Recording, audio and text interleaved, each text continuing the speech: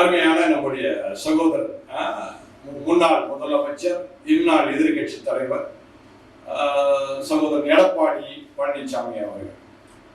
நீங்க பாத்தீங்கன்னா அவர் ரொம்ப கிளியரா அந்த எஸ்ஐஆரை பற்றி கிளீனா அவர் சொல்றாரு. திமுக இதற்கு எதிர்ப்பாளர்கள் மற்றும் இந்த எஸ்ஐஆர் வந்ததுனால திமுக பயப்படுது அப்படின்பதை மிக திட்டமாக அவர் சொல்வதை நாம் பார்க்கின்றோம். அருமையான சகோதரர் எடப்பாடி பழனிசாமி சொன்னது மிக மிக முக்கியமான காரியம், நம்பிக்கையான காரியம், நிச்சயமான காரியம் என்பதில் சந்தேகமே இல்லை.